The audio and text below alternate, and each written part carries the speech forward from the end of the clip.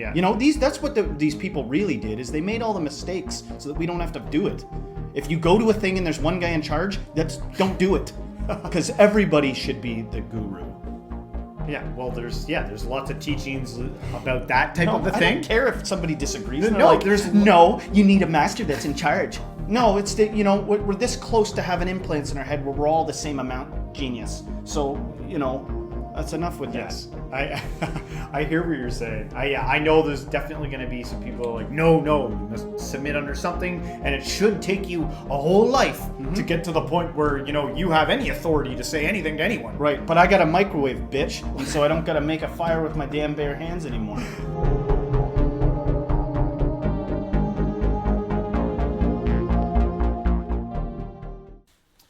All right, Team Spiritual, we got another reaction video. We're going to take a look at another Vice piece. It's been a while since we've done that. This one's kind of like picking a side. It's entitled Inside the Abusive World of Yoga Guru Yogi Bhajan. I don't know exactly how to say it, but so they've taken a side, and we're going to watch this video here and then determine whether or not the claims are accurate, or you know, we'll unpack this and take a look at it. Vice does some interesting stuff. Yeah, I like Vice. Go take a look at Vice after this. This is the handgun that I used when I was on guard duty with Yogi Bhajan. That was back in the 80s. I also had a gallery. I probably have the biggest collection of Yogi Bhajan's so-called art, if you want to call it that. As you can see, there are drawings of phalluses. There's a woman here in the center. And then he's put the word power here. I think it's really indicative of how abusive he was. He's got God written here. Kundalini yoga is notorious for being a highly intense form of yoga, and for more than 4 decades, it has been dominated by the name of one man, Yogi Bhajan. I'm His Holiness Sri Singh Sahib, Bhai Sahib, or Bhajan Singh also Yogi ji. But I'm not His Holiness in the sense that my word is final. I was around Yogi Bhajan for about 30 years.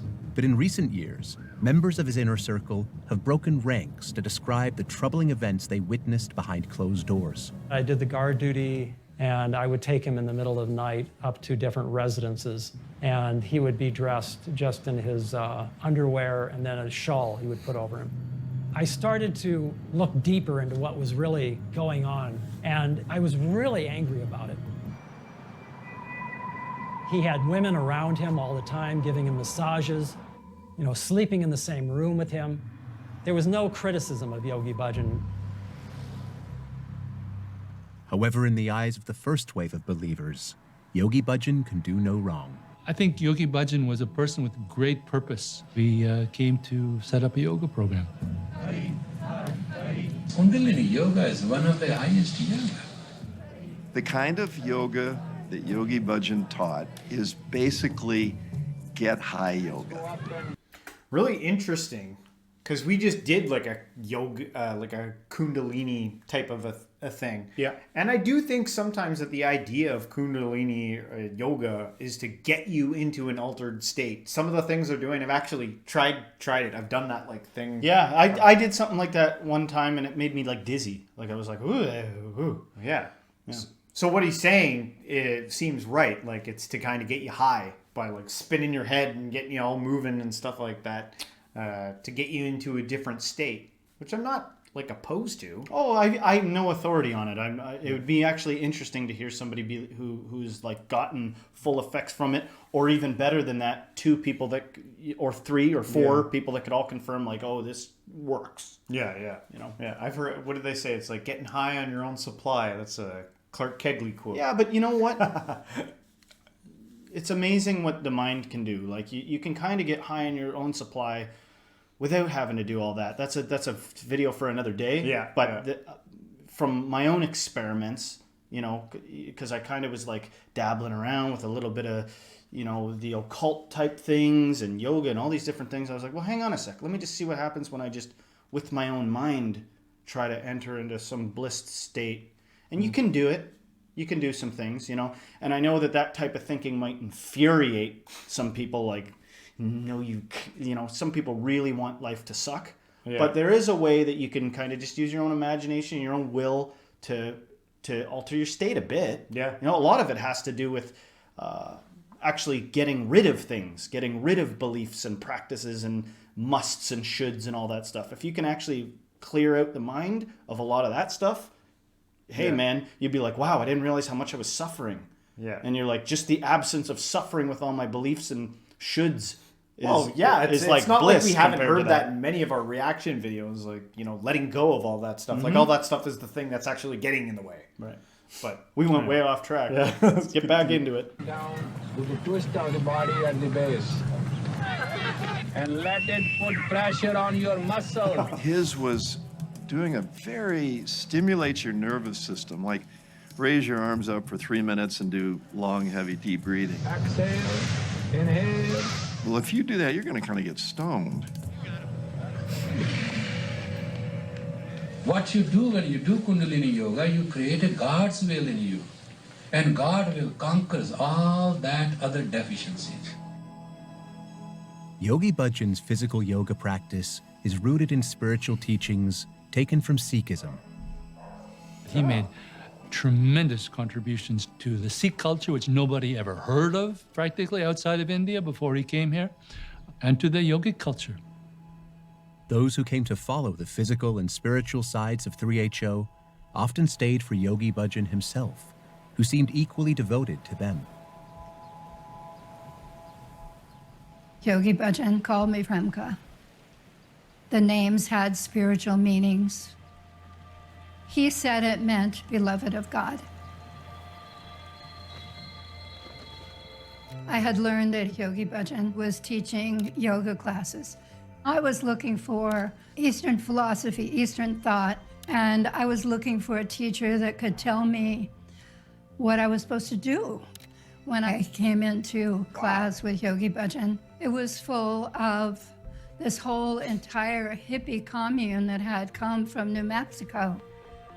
When Yogi makes sense though. I think there was quite a bit of that going on back in that day, right? Yeah. Isn't that kind of like Osho's thing too? Wasn't it a bunch That's of what hippies? That's what I was thinking about too. And I'm like, it's so interesting, like that, you know, how so many people had the same idea at that time, and it's like you can see culture developing and shifting in a way. Yeah, like wanting desperate change from that muffled 50s, you know, like the suit and the tie. I could have swore I've heard Osho talk about like just giving the people things to do because they were, you know what I mean? Like, you want to do something, you want to change something. That's why I tell you to go scream and jump up and down and contort your body into these different ways, because you're like so insane you need something to do. So I do it. And I have heard other things talk about, like, once you're awakened or whatever, it's like you don't have to go meditate, you meditate. Mm-hmm. You know what I mean? Like, it's your natural state of like, hang on a second, like who even knows what that means? But you know what I'm saying? Like, so what if these practices... I'll have to rewind it and listen to it again. Sometimes naturally, if I'm full of pent up, you stretch and twist yourself, you know, and it's really you're trying to contort your body to stretch things out because you're like full of worrying about the bills energy and full of worrying about, you know, all kinds of egoic things that you're like, I gotta just.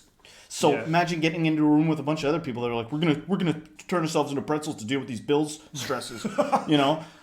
What if there's another way of doing it where you just let go of a lot of that stuff? And you know, sometimes the reality is, I'm not denying that the reality of a problem can be like real, like solid. I'm in real time stressed out. I'm under arrest or something, you know?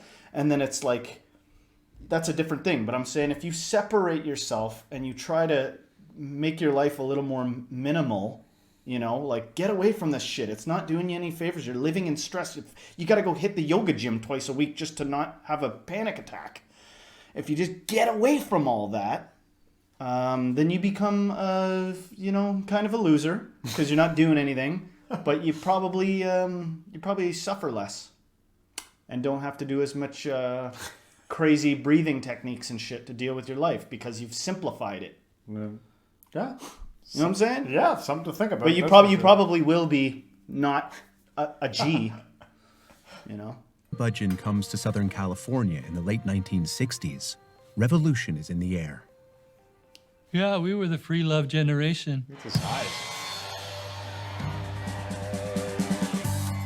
We were looking for something that was different than the kind of repressed living in the 50s. It was kind of a free love movement. I was caught up, like everybody else of my generation, in the Vietnam War protests.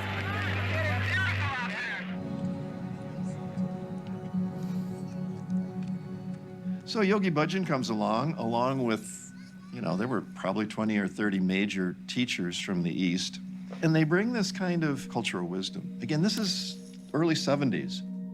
We didn't have websites that give this information and these teachers. We weren't inoculated against this kind of someone who knew something about life that we didn't. I saw Yogi Bhajan standing in the back of the room, this tall, incredibly good-looking man in a bright pink turban. All of a sudden, I saw this purple aura around his head. And I'd keep blinking my eyes, and it didn't go away. It majorly impacted me in terms of, is this my spiritual teacher? He just kept pulling me into activities with him. What was most enticing was his interest and his curiosity about me. When there's a big war going on somewhere in the universe, that always reflects. As I kept taking more and more administrative responsibility, he created a title of Secretary General for me. Come on, come on. People would go through these couple-week trainings, and then he would send them out elsewhere in the country and say, go teach Kundalini Yoga and open an ashram.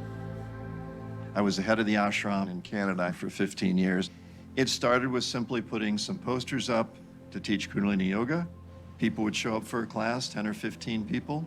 And then there was this urge that we wanted to live in the same either neighborhood or in the...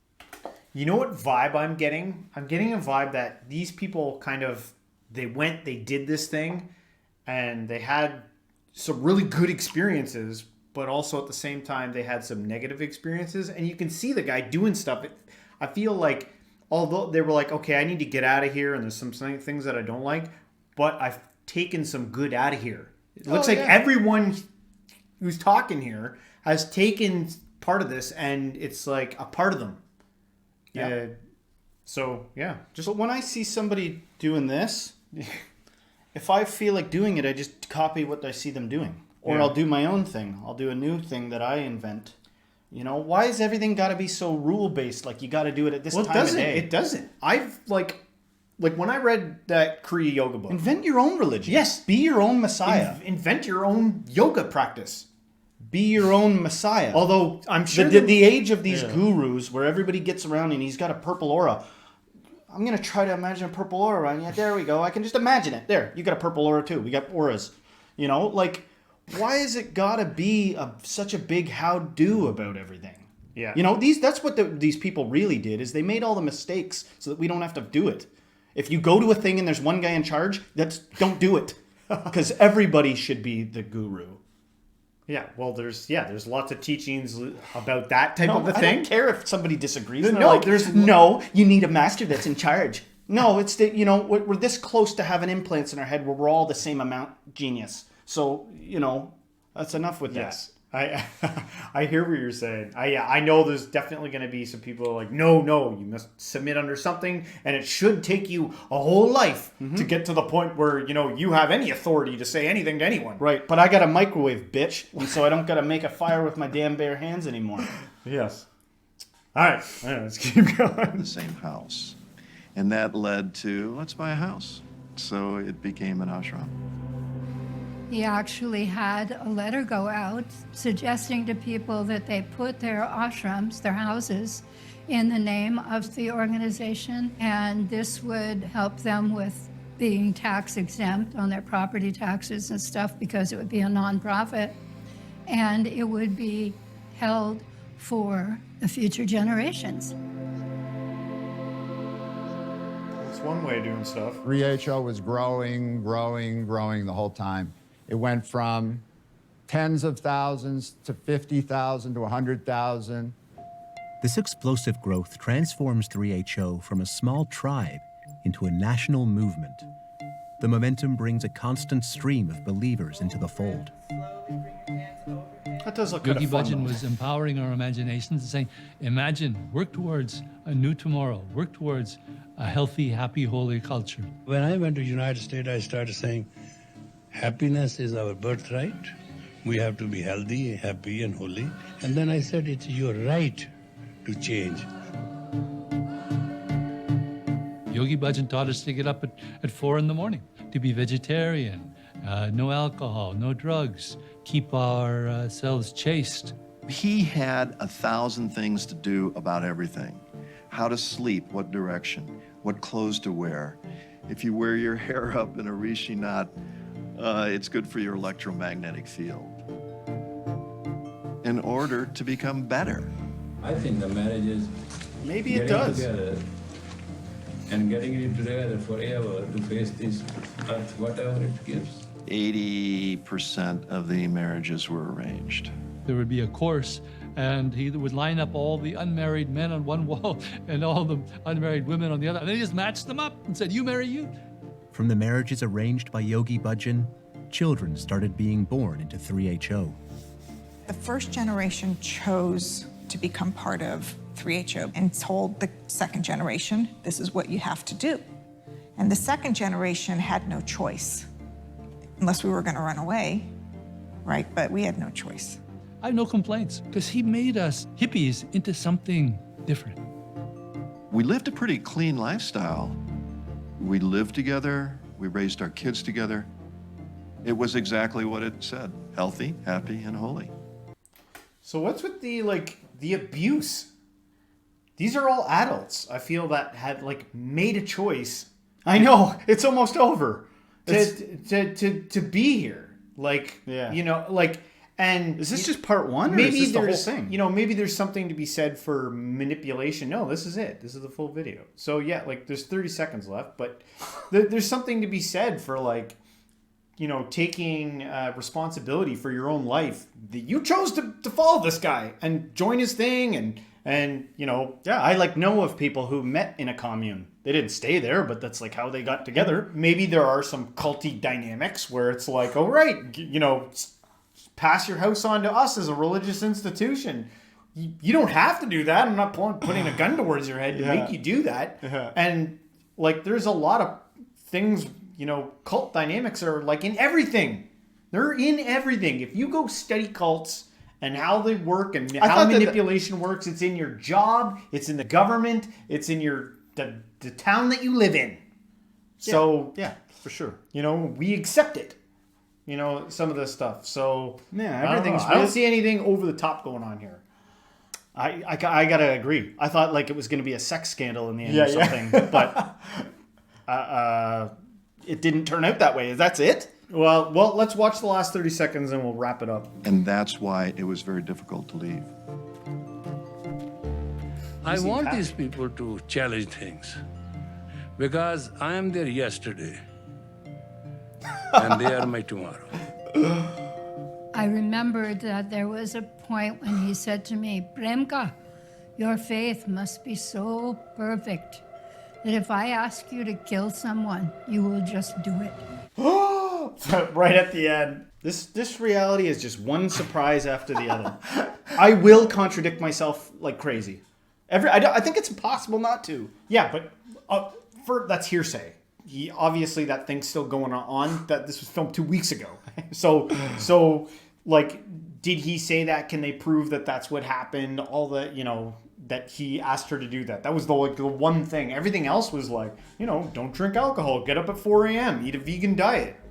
That's probably good stuff. Yeah, so I don't know. I guess if you were gonna not say something that was wrong, you'd have to not say anything at all, or have a nap for an hour before you spoke. But yeah. But yeah, yeah, interesting. I don't know. You guys maybe we need to study more about Yogi Bhajan, or maybe we'll do something on just him. Yeah, and let's his follow teachings. up. Let's find out more. Maybe see more of his teachings and stuff like that. But I'm sure if anyone out there knows anything about him, leave some stuff in the comments for us to go look at. Or let's forget about it and never think of it again. Yeah, maybe. But if you like this video, don't forget to hit the like, subscribe, share with a friend, and everybody, until next time, Stay spiritual.